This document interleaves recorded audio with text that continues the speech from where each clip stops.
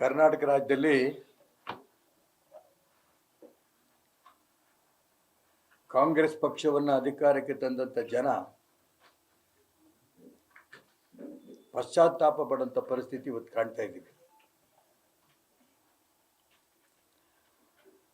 ನಾನು ಪೂರ್ಣ ವಿವರಕ್ಕೆ ಹೋಗಲ್ಲ, ಆದರೆ ಮುಖ್ಯಮಂತ್ರಿಗಳು ಮತ್ತು ಉಪಮುಖ್ಯಮಂತ್ರಿಗಳು ಇಡೀ ರಾಜ್ಯವನ್ನೇ ಗೊಂದಲದಲ್ಲಿಟ್ಟಿದ್ದಾರೆ. ಅವರ ಅಧಿಕಾರದ ಆಸೆಗಾಗಿ ಅಧಿಕಾರದ ಹಂಚಿಕೆ ಬಗ್ಗೆ ಸಾಕಷ್ಟು ಗೊಂದಲವನ್ನು ನಿರ್ಮಾಣ ಮಾಡ್ತಾ ಇದ್ದಾರೆ. ಮುಖ್ಯಮಂತ್ರಿಗಳ ಹೇಳಿಕೆಗೆ ಉಪಮುಖ್ಯಮಂತ್ರಿಗಳ ಹೇಳಿಕೆಗೂ ತಾಳ ಇಲ್ಲ, ತಂತಿ ಇಲ್ಲ ಅನ್ನಂಗಾಗಿದೆ.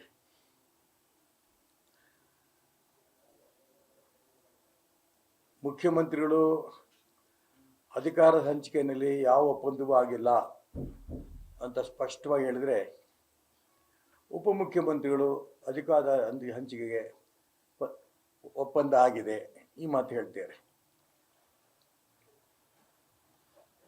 ಅವರಿಬ್ಬರಲ್ಲೇ ನಡೆದ ಮಾತುಕತೆ ಇದು. ಕನ್ನಡದಲ್ಲಿ ಗಾದೆ ಇದೆಯಲ್ಲ, ಇದ್ದಿಬ್ಬರಲ್ಲಿ ಕದ್ದೋರು ಯಾರು ಅಂತ. ಹಂಗಾಗಿದೆ. ಈ ಮಾತು ಕದ್ದೋರು ಯಾರೀಗ? ಮುಖ್ಯಮಂತ್ರಿಗಳ ಹೇಳಿಕೆ ಸರಿನೋ, ಉಪಮುಖ್ಯಮಂತ್ರಿಗಳ ಹೇಳಿಕೆ ಸರಿನೋ? ಏಕೆ ಅಂತಂದ್ರೆ, ರಾಜ್ಯವನ್ನು ಆಡಳಿತ ನಡೆಸ್ತಾರಂತ ಇಬ್ರು ಪ್ರಮುಖರು, ಒಬ್ರು ಒಪ್ಪಂದ ಆಗಿದೆ ಅಂತ ಹೇಳುದು, ಇನ್ನೊಬ್ರು ಒಪ್ಪಂದ ಆಗಿಲ್ಲ ಅಂತ ಹೇಳುದು. ಇದೆಷ್ಟರ ಮಟ್ಟಿಗೆ ಸರಿ? ಇಡೀ ರಾಜ್ಯದ ಜನರನ್ನ ಗೊಂದಲ ಇಟ್ಬಿಟ್ಟಿದ್ದಾರೆ. ಅವರ ಅಧಿಕಾರದ ದಾಹಕ್ಕೆ ರಾಜ್ಯದಲ್ಲಿರುವಂತಹ ಪೂಜ್ಯ ಗುರುಗಳ ಬಗ್ಗೆನೂ ಕೂಡ, ಧಾರ್ಮಿಕ ಗುರುಗಳ ಬಗ್ಗೆನೂ ಗೌರವ ಕಡಿಮೆ ಆಗೋ ರೀತಿಯಲ್ಲಿ ನಡ್ಕೊಂಡಿದ್ದಾರೆ. ಕುರುಬರ ಸಮಾಜದ ಸ್ವಾಮೀಜಿಗಳು ಹೇಳ್ತಾರೆ, ಸಿದ್ದರಾಮಯ್ಯನವರೇ ಮುಂದುವರಿಬೇಕು.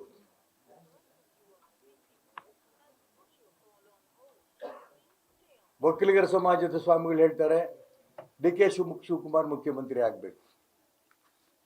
ದಲಿತರ ಸಮಾಜ ಸ್ವಾಮಿಗಳು ಹೇಳ್ತಿದ್ದಾರೆ, ದಲಿತರು ಮುಖ್ಯಮಂತ್ರಿಗಳಾಗಬೇಕು. ಯಾರು ಕಾವಿ ಬಟ್ಟೆಯನ್ನು ತೊಟ್ಟಿರಿದಾರೋ ಅವರೆಲ್ಲರೂ ನಾವು ಇಡೀ ಹಿಂದೂ ಸಮಾಜದ ಸ್ವಾಮಿಗಳಿಂದ ಅವ್ರ ಕಾಲಿ ಬಿಟ್ಟು ನಮಸ್ಕಾರ ಮಾಡ್ತೇವೆ.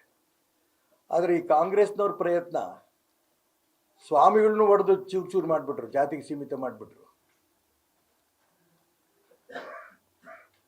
ಅದೇ ರೀತಿ ಅವ್ರ ಪಕ್ಷದ ಶಾಸಕರನ್ನ, ಅವ್ರ ಪಕ್ಷದ ಕಾರ್ಯಕರ್ತರನ್ನ ಜಾತಿಗೆ ಸೀಮಿತ ಮಾಡಿ ಹೊಡೆದು ಛಿದ್ರ ಆಗಿರುವಂಥ ಪರಿಸ್ಥಿತಿ ಇವತ್ತು ಕರ್ನಾಟಕ ರಾಜ್ಯದಲ್ಲಿ ನಾವೆಲ್ಲ ಕಾಣ್ತಾ ಇದ್ದೇವೆ. ಇದಕ್ಕೆ ಸರಿಯಾದ ಉತ್ತರವನ್ನ ಇಬ್ಬರು ಹೇಳ್ತಾರೆ, ಹೈಕಮಾಂಡ್ ನೋಡುತ್ತೆ ಅಂತ. ಆದ್ರೆ ಎಷ್ಟರ ಮಟ್ಟಿಗೆ ಎಐಸಿಸಿ ದುರ್ಬಲ ಆಗಿದೆ ಅಂತಂದ್ರೆ, ಎಐಸಿಸಿ ಅಧ್ಯಕ್ಷರಾದ ಮಲ್ಲಿಕಾರ್ಜುನ್ ಖರ್ಗೆ ಅವರು ಈ ತೀರ್ಮಾನಕ್ಕೂ ನನಗೂ ಏನು ಸಂಬಂಧ ಇಲ್ಲಪ್ಪ, ಹೈಕಮಾಂಡ್ ನೋಡುತ್ತೆ ಅಂತ ಎಐಸಿಸಿ ಅಧ್ಯಕ್ಷರೇ ಹೇಳ್ತಾರೆ. ಅಂದ್ರೆ ಇವ್ರಿಗೂ ಆ ಹೈಕಮಾಂಡ್ಗೂ ಸಂಬಂಧ ಇಲ್ವಾ? ಕಾಂಗ್ರೆಸ್ ಪಕ್ಷವನ್ನ ಸೋನಿಯಾ ಗಾಂಧಿ, ರಾಹುಲ್ ಗಾಂಧಿ, ಪ್ರಿಯಾಂಕಾ ಗಾಂಧಿಗೆ ಒತ್ತೆ ಇಟ್ಬಿಟ್ರ? ಇದು ತೀರಾ ಅನ್ಯಾಯ. ಇದು ಇಡೀ ರಾಜ್ಯ ಮಂತ್ರಿಗಳು, ಉಪಮುಖ್ಯಮಂತ್ರಿಗಳು, ಮುಖ್ಯಮಂತ್ರಿಗಳು ಡಿನ್ನರ್ ಮೀಟಿಂಗು, ಬ್ರೇಕ್ಫಾಸ್ಟ್ ಮೀಟಿಂಗು ಇದರಲ್ಲೇ ಪೂರ್ಣ ಕಾಲಹರಣ ಮಾಡಿಬಿಟ್ರೆ ವಿನಃ ರಾಜ್ಯದ ಅಭಿವೃದ್ಧಿ ದಿಕ್ಕಲ್ಲಿ ಏನು ನಡೀತಾ ಇಲ್ಲ. ಒಂದು ಈ ರಾಜ್ಯದ ಇವರ ಪ್ರಯತ್ನಗಳು, ನಡವಳಿಕೆ ರಾಜ್ಯದ ರಾಜಕೀಯದ ಬಗ್ಗೆನೇ ಅಸಹ್ಯ ಬರಂದಂಗಾಗಿದೆ. ಹಾಗಾಗಿ ಇದು ತೀರಾ ಖಂಡನೀಯ ರಾಜ್ಯದ ಕಾಂಗ್ರೆಸ್ಸಿನ ಈ ನಡವಳಿಕೆ. ಇನ್ನು ಬಹಳ ಆಶ್ಚರ್ಯ ಅಂತಂದ್ರೆ, ಇವರು ಚುನಾವಣಾ ಸಂದರ್ಭದಲ್ಲಿ